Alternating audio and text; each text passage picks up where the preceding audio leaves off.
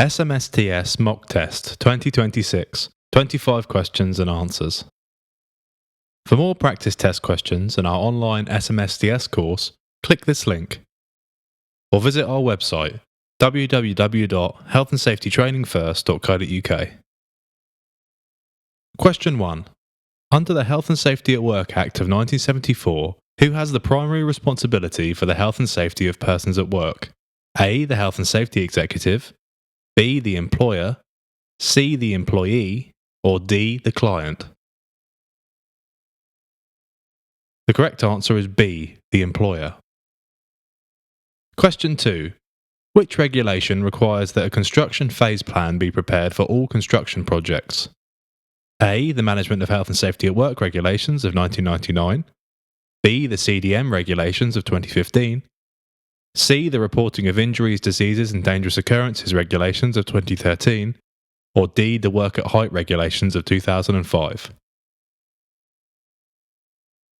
The correct answer is B. The CDM Regulations of 2015. Question 3. What is the minimum height at which the Work at Height Regulations 2005 apply? A. 2 metres, B. 3 metres, C. Any height where a fall could cause personal injury, or D. Only when working on scaffolding? The correct answer is C. Any height where a fall could cause personal injury. Question 4. A dangerous occurrence under RIDDOR must be reported to the HSE. A. Within 24 hours, B. Within 10 days, C. As quickly as practicable without delay, or D. Only if someone is injured. The correct answer is C. As quickly as practicable without delay. Question 5. In the hierarchy of control, what is the most effective method of risk reduction? A. Personal protective equipment, B. Engineering controls, C. Administrative controls, or D. Elimination? The correct answer is D. Elimination. Question 6. Who is responsible for appointing the principal designer on a project with more than one contractor? A. The principal contractor, B. The client, C. The HSE, or D. The site manager? The correct answer is B. The client. Question 6. Which document must be easily accessible on site and contains information on hazardous substances? A. Cost assessment, B. Fire safety plan, C. Lifting plan, or D. Induction log? The correct answer is A. Cost assessment. Question 8. What is the main purpose of a method statement? A. To list the cost of materials, B. To provide a record of employee attendance, C. To satisfy insurance requirements only, or D. To describe the sequence of work and how it will be done safely? The correct answer is D. To describe the sequence of work and how it will be done safely. Question 9. How often should a scaffold be inspected by a competent person? A. Every day, B. Every month, C. Every 7 days or after any event likely to affect its stability, or D. Only after it is first erected? The correct answer is C. Every 7 days or after any event likely to affect its stability. Question 10. What is the first step in a fire risk assessment? A. Evaluate the risk, B. Identify the hazards, C. Record the findings, or D. Train the staff? The correct answer is B. Identify the hazards. Question 11. Under the Management of Health and Safety at Work Regulations of 1999, what is the minimum number of employees a business must have before it is required to record a risk assessment in writing?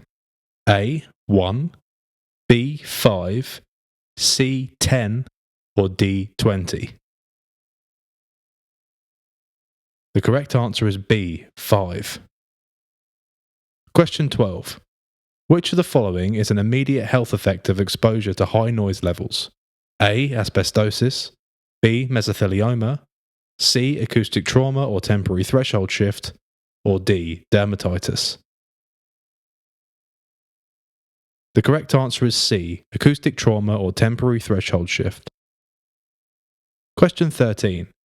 What is the legal limit for the exposure action value for hand-arm vibration over an 8-hour period?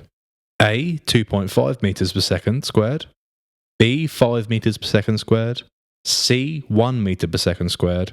Or D. 10 meters per second squared. The correct answer is A. 2.5 meters per second squared.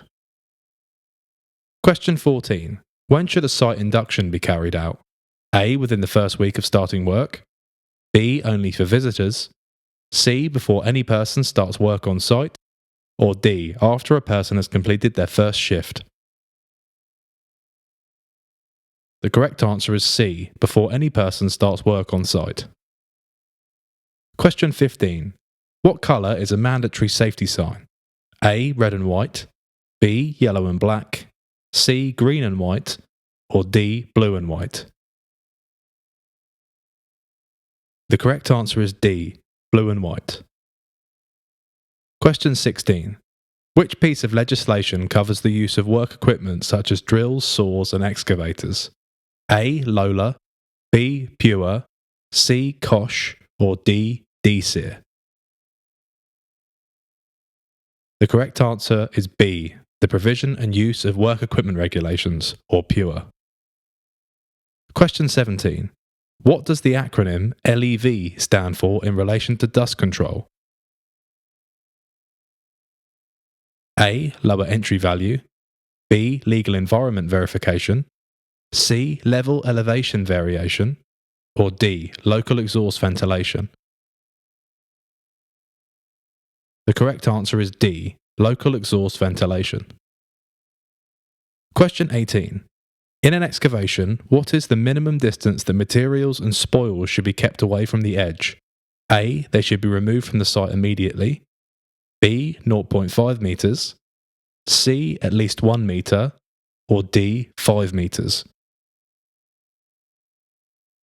The correct answer is C. At least 1 meter. Question 19. Which type of asbestos is commonly known as blue asbestos? A. Chrysotyl. B. Amosite. C. Chrysotylite. Or D. Tremolite. The correct answer is C. Chrysotylite. Question 20. A toolbox talk is primarily used for A. Disciplinary action. B. Detailed technical design meetings. C. Monthly management reviews.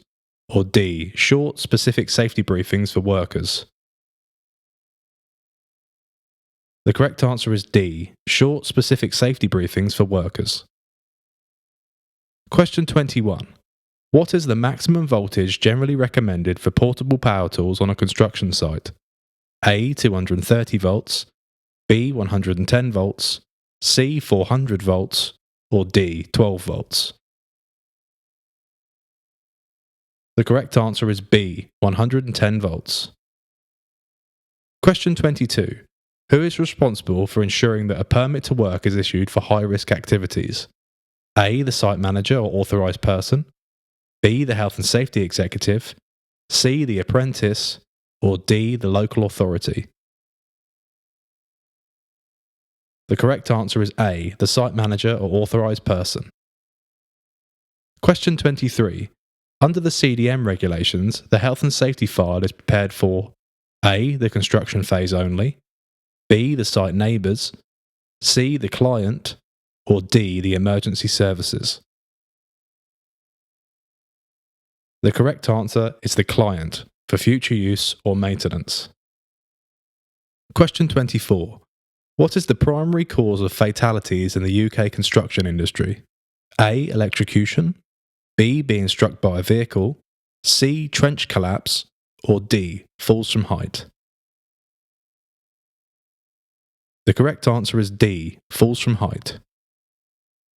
Question 25.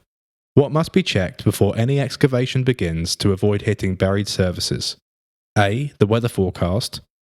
B. Utility plans and using a cable avoidance tool.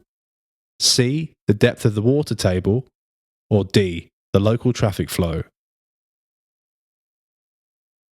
The correct answer is B, utility plans and using a cable avoidance tool.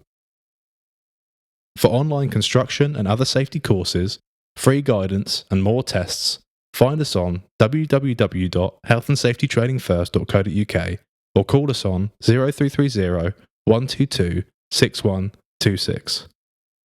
Thanks for watching.